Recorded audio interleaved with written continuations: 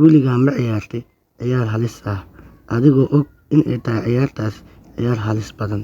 Bilowga filimka waxaan aragnaa YouTuber caan ah magaciisa la yiraahdo Jack Sparrow. Wuxuu ka sheekeynayaa ciyaar ka dhici doonta stadium-ka. Ciyaartu waxay ka kooban tahay 8 xalaqad waxaana lagu ciyaari doonaa garoonka dhexdiisa. Wuxuu kaloo sheegayaa ciyaartan gebi ahaan inay leedahay hal gool. Ciyaarta magaceeda waxaa la yiraahdaa Auto Games. Intaa kadib waxaa meesha imaanaysa gabadh la yiraahdo Caro.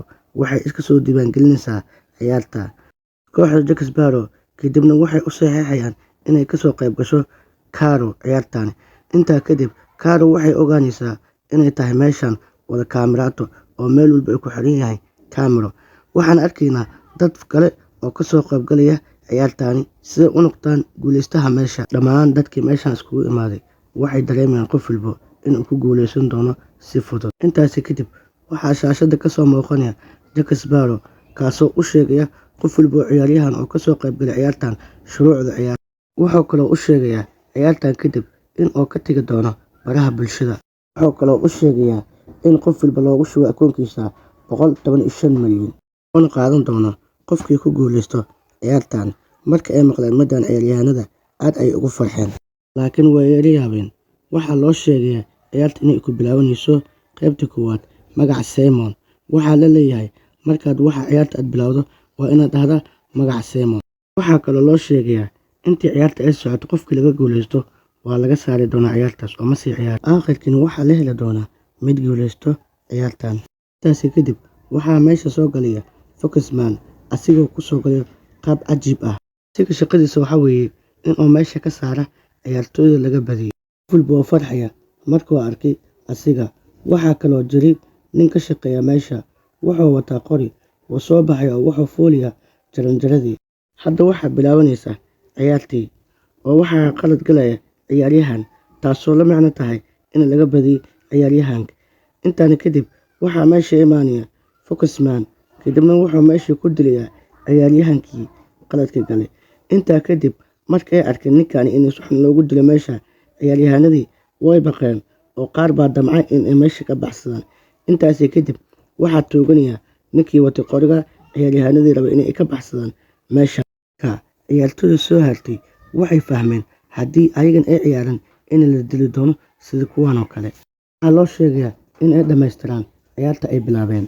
Waxaana loo sheegayaa qof walba in uu ku istaago hal lug. Ciyaaryahan ayaa qalad galay waayo wuxuu ku taagnaa waayay hal lug. Wuxuu noqday mid aan dheelitirnayn. Intaasi kadib meesha ayaa lagu dilayaa ciyaaryahanka. Haddana waxaa loo sheegayaa qof walba inuu isku celiyo in cabaar ah neefta. Intaa kadib gabadha ayaa isku celi waysay neefta oo kadibna ma tagaysa. Taasi waxay ka dhigan tahay in gabadhan ay isku celi waysay neefta sidaa darteeda ay u maatagtay. Gabadhaasna meesha ayaa ayadan lagu dilayaa. Ciyaaryahan ayaa damcay in uu meesha ka baxsado. Asigana Foxman ayaa dambihii ku dilayo. Intaasi kadib gabadh kale ayaa qalad galaysa ayadana waa la dilayaa. Waxaa dhamaaday wareegii koowaad taasoo u hambaliyay Jack Sparrow 8 ciyaaryahan ay soo hartay. Wuxuu u sheegayaa ciyaarta qaybta soo hartay in ay dhamaystiraan. Wuxuuna leeyahay waxaad ii sheegtaan qof walba xogtiisa mid iigu sheega waxaad qaba jirteen. Intaasi kadib Caro waxay u sheegaysaa in ay tahay heesaay. Ciyaaryahanka labaad wuxuu u sheegayaa in uu yahay ciyaar-dhiilaha muuqaalka. Ciyaaryahanka saddexaad wuxuu ahaa majaajiliste. Ciyaaryahanka afaraad wuxuu ahaa isagana cunto kariye. Ciyaaryahanka shanaad wuxuu sheegay magaciisa Stephen. Ciyaaryahanka lixaad wuxuu ahaa ganacsade. Ciyaaryahanka toddobaad wuxuu ahaa macallin jimicsi. Ugu dambeyntii ciyaaryahanka ugu dambeeyay wuxuu ahaa martigeliye koronto. Waxaas oo dhan kadib nin ayaa siinay muuqaal Jack Sparrow ciyaartan asigoo wato ayuu soo gudbiyaa saaxiibkii. Wuxuu kaloo u sheegayaa in mar dhow ay ka carari doonaan meeshan. Intaasi kadib waxaan aragnaa stadium-ka ay ka soo muuqdaan 8 ciyaaryahan ay soo hartay oo la siiyay dhar ay ku ciyaaraan ciyaartan. Qof walbana wuxuu xirtay dharka laakiin qof walba aad ay u cabsanayaan weli. Waxay ku fikirayeen maxaa dhici doona mase waa nala dili doonaa sidii kuwii hore loo laayay. Waxaa laga dhigayaa laba koox, majaajilistaha iyo ganacsadaha. Labadaas koox ayaa loo kala bixinayaa. Intaa kadibna waxaa bilaabanaysa ciyaartii wareegga labaad. Jacques wuxuu u sheegayaa in la sii doono qof walba nambar oona sugayo qofkaas nambarkiisa. Ciyaartan waxay ku xisaabsan tahay qofkii ku istaago calaamadda gaduudan inuu yahay qof guuldareystay lagana saari doono ciyaarta. Hadda waxaa loo sheegayaa qof walba oo haysto kaar waa inuu bilaabo ciyaarta asigoo boodboodayo calaamadda casaankan waa inuu ku istaagaa. Ganacsadaha wuxuu bilaabayaa khiyaano asigoo nambarka ka bedelaya kaari. Daadiyaha TV-ga waxay ciyaaraysay ciyaarta ayadoo ciyaarta ciyaarayso waxaa meesha ka soo iftiinaysa calaamadda casaanka kadibna waa mirbeelaysa oo ciyaarta ay hore usii wadanaysaa. Intaasi kadib Focusman ayaa xaggeeda soo aaday waayo ciyaartan qofkii ku guuldareysto sharciga meesha yaal ayaa waxaa in laga saaro ciyaarta oo la dilo. Intaa kadib kaari ayaa damcayso in ay ka celiso gabadhan. Intaasi kadib gabadha ayuu meesha ku dilay kaarin wuu feerayaa. Stephen midaasi wuu ku qanacsan yahay. Intaasi kadib waxaan arkaynaa toddobada ciyaaryahan ee soo hartay howl weyn ayagoo kaari iyo saaxiibtooda waxay ka murugeynayaan saaxiibtooda oo la dilay. Intaasi kadib waxa uu imaanaya ganacsadaha wuxuuna u sheegayaa Stephen inuu yahay nin aad u xun. Wuxuu leeyahay waxaad igu caawisan Stephen in aan dilno. Intaasi kadib waxay go'aan ku gaareen in ay Stephen ay dilaan. Cook sidoo kale waxay raadinaysay qof ay la saaxiibto ayada ma aysan lahayn saaxiib sidaa darteed waxay raadinaysay qof ay la saaxiibto. Waxay u imaanaysaa Stephen waxay u sheegaysaa Stephen in ay rabto inay ayada la saaxiibto. Intaasi kadib Stephen wuxuu ahaa nin aad iyo aad u caado xun oo wuxuu bilaabayaa inuu u gacan qaado kadibna waa meel daboolmaysa oo sankeeda waxaa meesha imaanaya wiilka Arjun kaasoo Kooga dhiigga ka tirtiraya. Intaasi kadib kaari iyo saaxiibtooda wuxuu u sheegayaa inuu aad aaga xun yahay saaxiibtooda qaabka loo dilay. Asiga wuxuu la saaxiibayaa kaari iyo asxaabteeda kadibna wuxuu u sheegayaa in ay helaan caawo meel ay ka baxaan si ay aaga baxaan sababtoo ah ma aysan rabin inay ciyaaraan ciyaartan dambe. Dhanka kale waxaan aragnaa Jack Sparrow ay la joogto saaxiibtiisa taasoo ku aragnay filimka bilowga. Waxay gacanta ku haysaa dhammaan ciyaartooyda taleefamadooda ayadoo fariin ugu diraysa waalidiintooda say u dareemaan in ay ka maqan yihiin carruurtooda sababtoo ah qofna waxba kama oga ciyaartan. Labadooda waxay dejiyeen qorshe ay aga baxaan 3 maalin gudahooda meeshaan. Intaasi kadib waxaa bilaabanayso ciyaarta saddexaad taasoo magaceeda ahay koorsada caqabada. Jack Sparrow wuxuu u sheegayaa ciyaartan dheelitaankooda haddii rabaan way ciyaari karaan haddii kalena way iska dayi karaan. Markuu maqlay tababaraha jimicsiga midaan aad ayuu isku diyaariyey oo wuxuu u diyaargaroobay ciyaarta dheelitaankii. Isla markii ay bilaabatay ciyaarta waxay ka gudubtay wareegga koowaad caqabada.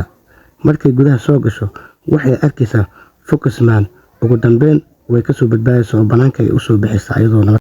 Dadka dhan aad ay u farxeen markii ayday arkeen. Intaasi kadib lamada jimicsiga banaanka ay lagu tooganaya waayo sababtoo ah waqtiga loogu talagalay ma aysan dhammayn ciyaarta. Kaari ayaa rabtay inay ciyaarto ciyaartan laakiin qof walba wuxuu u sheegaysaa in ay rabto in ay ka tagto meeshaan. Muddo kadib Kaari waxay leedahay ma aqaan nolosheeda inay isbedeli doonto ciyaartan guuleystaha kadib. Intaasi kadib dib ay u soo laabanaysaa oo way kicisaa waxayna ka qayb qaadanaysaa ciyaar. Intaasi kadib ciyaarta ayaa soo idlaanaysa. Muuqaalka xiga waxaana la tusayaa gabadh ka soo saaraysa jeebkeeda daawo sun ah.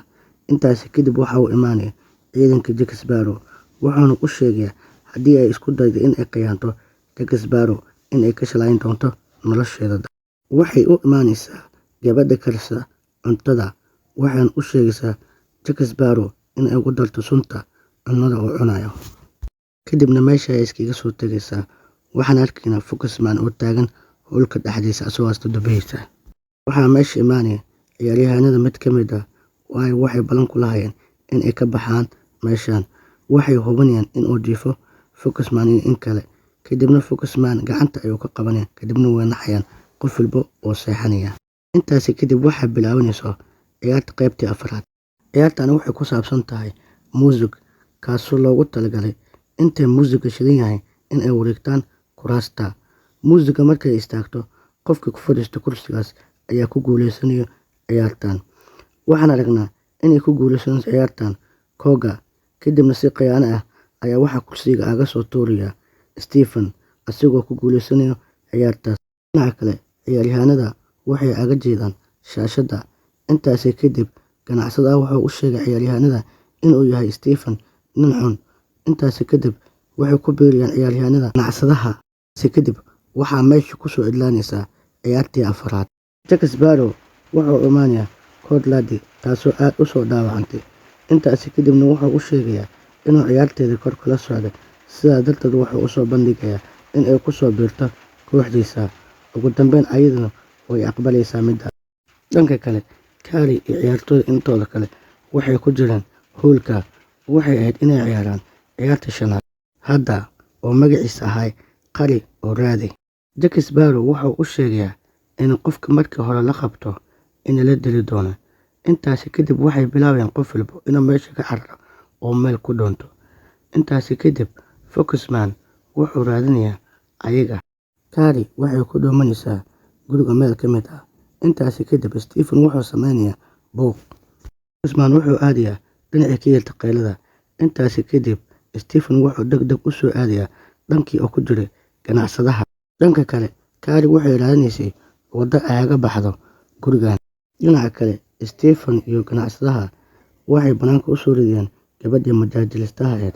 Intaasi kadib waxaa meesha ku arkayo Focusman asigoo xoojinaya. Waxay maqlaysaa codka saaxiibteeda. Intaasi kadib waxay damcaysaa inay ka badbaadiso Focusman. Waxay soo aadaysaa dhankii saaxiibteeda. Waxay u imaanaysaa Focusman oo dili saaxiibteeda. Kadibna aad ay u muruganaysaa ayadoo aad u oonaysa. Ciyaartani qaybtii shanaad sidaan ayay ku soo dhammaatay. Intaasi kadib waxay ku qaylinaysaa Stephen waxayna u sheegaysaa in uu yahay qof xun.